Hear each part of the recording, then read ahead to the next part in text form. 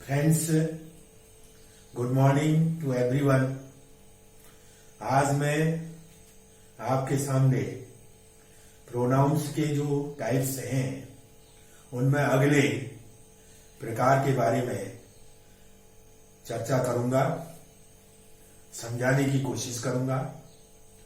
अतः आप ध्यान से मेरे लेसन को देखें। आज हम जो प्रोनाउन का वर्णन कर रहे हैं वह है रेसिप्रोकल प्रोनाउंस। रेसिप्रोकल शब्द जो है उसका अर्थ होता है पारस्परिक, म्यूचुअल।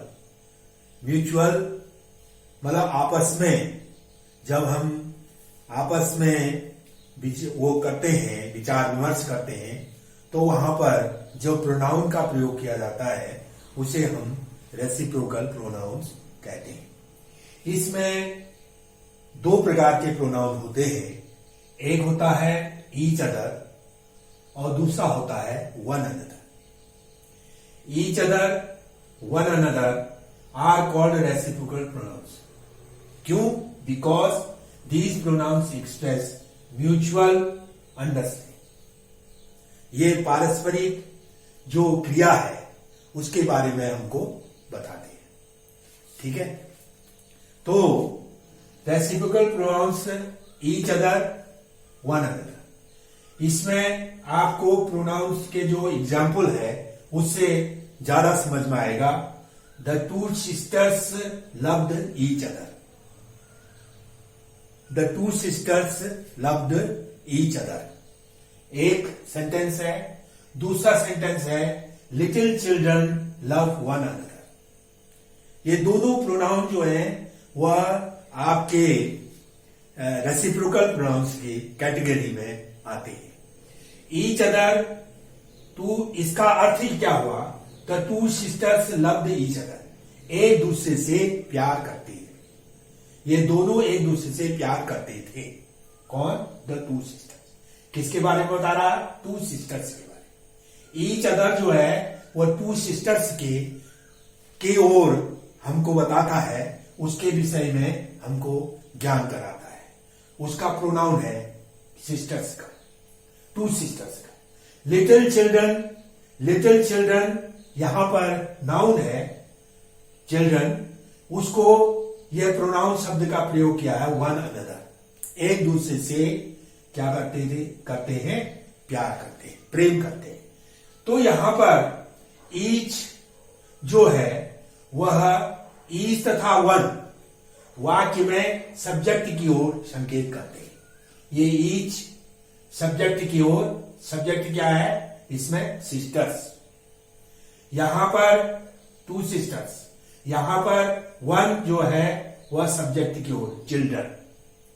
तो ये ईच और वन जो है वाक्य में सब्जेक्ट की ओर संकेत करते हैं। अदर तथा अनदर वाक्य में ऑब्जेक्ट की ओर संकेत करते हैं। तो ये जो आपके प्रोनाउंस हैं ईच अदर और वन अदर, ये जो है ये दोनों कंपाउंड प्रोनाउंस हैं। इनको हम कंपाउंड कहते हैं। कंपाउंड प्रोनाउंस क्यों कहते हैं? क्योंकि ये दोनों एक दूसरे से जुड़े हुए हैं। ईच और अदर, वन और अदर। इसमें आप देखिए कि ईच अदर का प्रयोग जो किया जाता है वह दो के बीच में, जब दोनों दो होते हैं तो वहां पर आपस में उनके बारे में बताने के लिए, उनकी क्रिया को बताने के लिए ईच अदर का प्रयोग किया जाता है। जब दो से अधिक होते हैं तब वहां पर हम वन अनदर का प्रयोग करते हैं।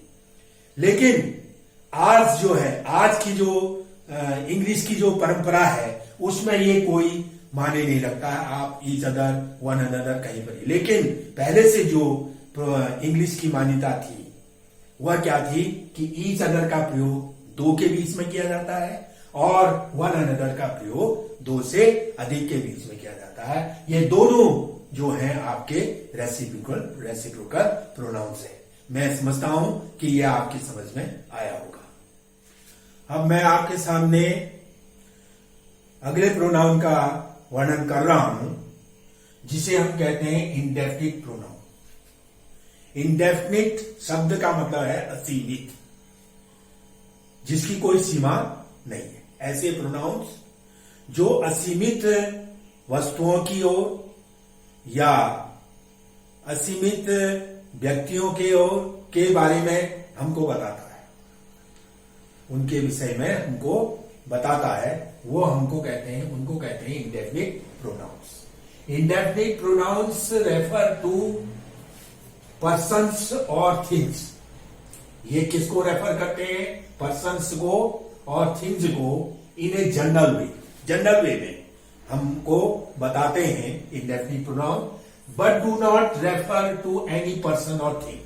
किसी व्यक्ति विशेष के बारे में नहीं बताते हैं, किसी व्यक्ति विशेष के बारे में, किसी विशेष वस्तु के बारे में नहीं बताते हैं, बल्कि ये जनरल वे सामान्य रूप से बताते हैं किसी व्यक्तियों को या वस्तुओं को, तो उन्हें हम इंडेफिनिट प्रोनाउन कहते हैं। वो असीमित व्यक्तियों को या असीमित वस्तुओं की ओर संकेत करते हैं। यहां पर मैं आपके सामने कुछ इंडेफिनिट प्रोनाउंस के बारे में बता रहा हूं, इंडेफिनिट प्रोनाउंस बता रहा हूं कि कौन कौन से हमारे इंडेफिनिट प्रोनाउंस होते हैं जिनका हम इंग्लिश में प्रयोग करते हैं। All, another, any, both, much, some, other, such, each, few, little, many, either, neither, nobody, none, nothing और वन। ये हमारे कुछ इंडेफिनिट प्रोनाउंस होते हैं। इनके अलावा कुछ ऐसे भी प्रोनाउंस होते हैं इंडेफिनिट जो कंपाउंड, जिनको हम कंपाउंड इंडेफिनिट प्रोनाउंस कहते हैं। कंपाउंड मतलब मिला हुआ, दो शब्दों से जो मिला हुआ होता है, जैसे एनीबडी। एनी, यहां पर एनी है, उसके साथ हम बडी मिला देते हैं, anybody. Anything, anyone, everyone, everything, something, someone, everybody, etcetera. ये हमारे कंपाउंड इंडेफिनिट प्रोनाउंस होते हैं। इनमें बडी और वन जिनके साथ लगा रहता है, जैसे एनीबडी है, एनीवन है, एवरीवन है, और आपके यहां पर समवन है, एवरीबडी है। ये जो बडी और वन शब्द जिनके कंपाउंड इंडेफिनिट प्रोनाउन में होते हैं, वो व्यक्तियों की ओर संकेत करते हैं, और जिनके आगे से थिंग लगा रहता है कंपाउंड इंडेफिनिट में, वो वस्तुओं की ओर संकेत करते हैं। मैं आपको उदाहरण के द्वारा ये बताने जा रहा हूं। हाँ, तो इंडेफिनिट प्रोनाउंस के बारे में मैंने आपको बताया। मैं कुछ उदाहरणों के द्वारा आपको समझाने का प्रयास करता हूं। जैसे और, वेर ड्राउंड, यहां पर व्यक्तियों के लिए प्रयोग किया गया है ऑल का। ये प्लूरल नंबर में है और व्यक्तियों के लिए प्रयोग किया गया है, ऑल वेर ड्राउंड। ये आपका इंडेफिनिट प्रोनाउन हुआ, इसमें कोई संख्या नहीं है कि कितने drowned. One hardly knows, one जो है यह प्रोनाउन है, यहां पर indefinite pronoun. One hardly knows what to do, कि एक मुश्किल से जानता है क्या करना है, कोई एक। somebody has stolen my watch, somebody, किसी एक ने, somebody has stolen my watch। यहां पर somebody आपका indefinite pronoun. some are born great, यहां पर some जो है वह इंडेफिनिट प्रोनाउन है, क्योंकि यह असीमित संख्या, असीमित व्यक्तियों की ओर संकेत कर रहा है। बी गुड टू अदर्स, यहां पर अदर्स जो है वह आपका इंडेफिनिट प्रोनाउन है। Few were hurt, many escaped, यहां पर फ्यू जो है वह भी इंडेफिनिट प्रोनाउन है, मैनी भी इंडेफिनिट प्रोनाउन है। आस्क एनीवन, ये कंपाउंड इंडेफिनिट प्रोनाउन है। Ask anyone, they will tell you, और सच इज लाइफ, सच जो है वह इंडेफिनिट प्रोनाउन है।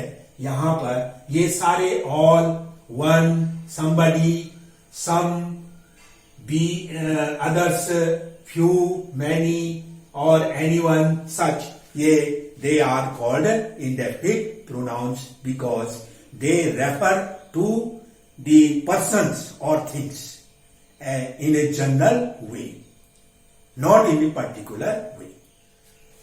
Friends, मैं आपको रिलेटिव प्रोनाउन बता चुका हूं।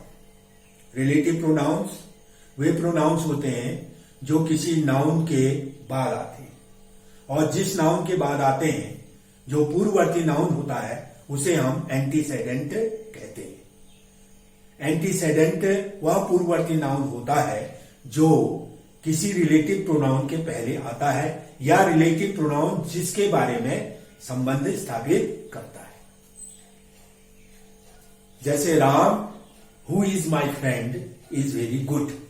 यहां पर who is my friend, who जो है राम की ओर संकेत कर रहा है, राम से संबंध स्थापित कर रहा है, इसलिए रिलेटिव प्रोनाउन हुआ, और राम इसका एंटीसेडेंट हुआ। आज मैं आपको कुछ रिलेटिव प्रोनाउंस जो हैं, कंपाउंड रिलेटिव प्रोनाउंस, जिनका ऑर्डनरी यूज किया जाता है, वो मैं आपको बताने जा रहा हूं। ये कंपाउंड जो है ऑर्डनरी जो यूज किए जाते हैं, ये है हु एवर, हु के साथ ever, who so, whosoever, whichever, whatever, whatsoever।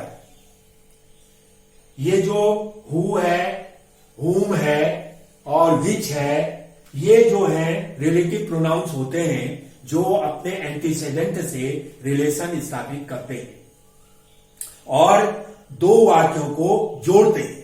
दो या तीन वाक्य, जितने भी वाक्य होते हैं उनको जोड़ते हैं। ये जो इनको कंपाउंड इसलिए कहा क्योंकि इनके साथ एक शब्द हु के साथ एवर आ गया। कंपाउंड में हु के साथ सो आया, हु सो, हु के साथ सो एवर आ गया, विच के साथ एवर आ गया, व्हाट के साथ एवर आ गया, व्हाट के साथ सो एवर आ गया। इसलिए ये कंपाउंड हो गए, मिले हो गए, मिले जुले हो गए, इसलिए हम इनको कंपाउंड रिलेटिव प्रोनाउंस कहते हैं। कैसे इनका प्रयोग किया जाता है? जैसे हु एवर है, इसका मतलब क्या हुआ? एनी पर्सन हु, कोई भी व्यक्ति, any person who comes is welcome. यहां पर हु हम लिख देंगे, हम बताएंगे कि अगर हम ये कहते हैं who ever comes is welcome, who ever comes, जो भी आता है, कोई भी व्यक्ति जो आता है उसका स्वागत किया जाता है। ये इसका मतलब ये हुआ। टेक विच एवर का मतलब anywhere, any which. Take whichever you like, take any whichever you like, कोई भी एक जो आप पसंद करते हैं आप ले लीजिए। हम कहेंगे take whichever you like, अर्थात any which you like. I will take with me whomsoever you choose, I will take with me, जिसको आप चूज करते हो उसको मैं अपने साथ ले जाऊंगा। तो ये whomsoever के किसका वो हो गया कि आप ये I will take with me, जो चीज हम ले जा रहे हैं वो उसके ओर संकेत कर रहा है। You choose। Whatever, anything which, anything, whatever का मतलब हुआ anything which he does, he also well, he does well। anything whichever का whatever का मतलब हुआ anything which he does well।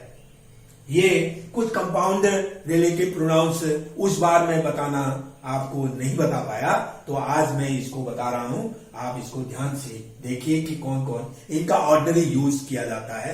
वैसे अक्सर हम उसी का प्रयोग करते हैं रिलेटिव प्रोनाउन में, हु का, हुम का, व्हाट का और विच का रिलेटिव प्रोनाउन में प्रयोग करते हैं, लेकिन ऑर्डनरी इनका भी यूज किया जाता है। तो ये आपके all over all about pronouns मैं समझता हूं कि आपके समझ में ये आया होगा। और यदि कहीं पर कोई समस्या आपकी आती है तो आप अवश्य मेरे से कांटेक्ट कमेंट बॉक्स के द्वारा कर सकते हैं। जैसा कि मैंने आपको कहा है कि मैं आपके द्वारा भेजे गए कमेंट्स को देखूंगा और उसके आधार पर मैं एक दिन लेसन तैयार करूंगा। इसके साथ मैं आपको पुनः धन्यवाद देता हूं और मैं आशा करता हूं कि आप इस इंग्लिश लर्निंग चैनल को अवश्य देखें, शेयर करें, लाइक करें और कहीं पर कोई समस्या आती है तो उसका निदान करने के लिए मेरे से आप प्रश्न कर सकते हैं। मैं उनका जवाब आपको अवश्य दूंगा। ये मेरा वादा है। धन्यवाद। और इसके साथ ही मैं ये प्रोनाउन को चैप्टर को आज यहां पर समाप्त कर रहा हूं। ओके।